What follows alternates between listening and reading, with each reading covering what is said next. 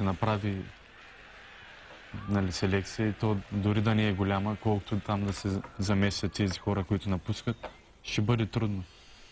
Ролята на Илян Илиев за успехите на Берое през сезон 2009-2010 година. Точно преди 2 години, в началото на лятото на 2008, Илян Илиев бе на кръстопът. Отчаян и обезверен, той преживяваше мафиотските схеми в българския футбол. Току-що отборът му бе изхвърлен по криминален начин от А-група за сметка на петричкия тим на Комеца и Авер на членовете на изпълкома. Берое освен това бе пред разпад с никакво финансиране, изоставен от спонсори и община, с окаяна база дългове и неплатени заплати на играчи, треньори и служители. Днес, 2 години по-късно, Берое и Илян Илиев отново са на кръстопът. Но за тези 24 месеца те са направили нещо невероятно. Някакво чудо, започнало от тази уникална упоритост и от желанието за себедоказване. Може би точно това остави Илян в Стара Загора и го провокира да направи нещо знаменателно, нещо изумително. Той не напусна потъващия кораб, не се скри като мишка, не избяга, въпреки че имаше примамливи и финансово изгодни оферти. Напротив, той остана, за да спаси Берое, да го върне в А-група, да заличи една жестока несправедливост, да докаже, че когато можеш и искаш, няма спирачки. Нещо повече. Илян натри носовете на големите разбирачи от БФС, начело с Наско Сираков, които обявиха, че, цитирам, футбол в Стара Загора няма и не трябва да има.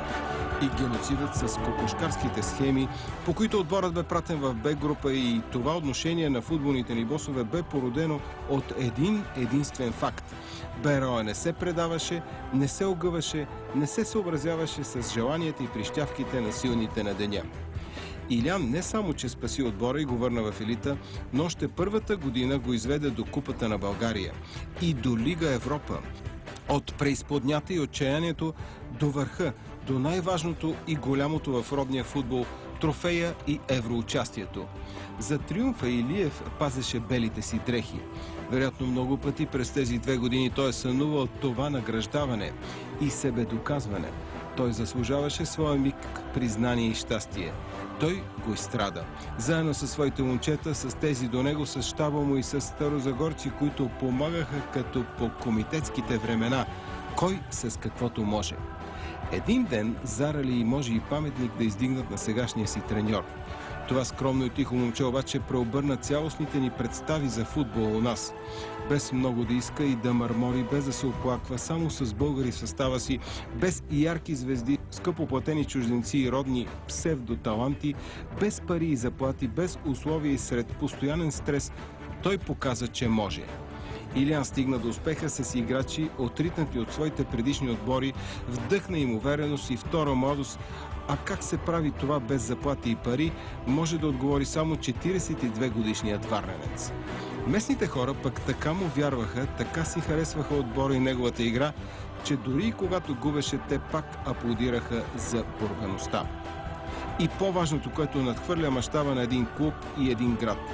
Берое на Илян доказа, че всичко за всеки е възможно у нас, че дори и не до там големите, неосигурени и немощни тимове са способни на триумф и участие в Европа. С това зарали дариха народната игра така нужните непредсказуемост и възможност за неочаквана слава.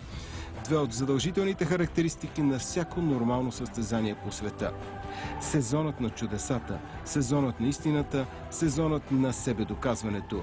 На един треньор, един отбор и на един град. Илян Илиев и неговият Берое.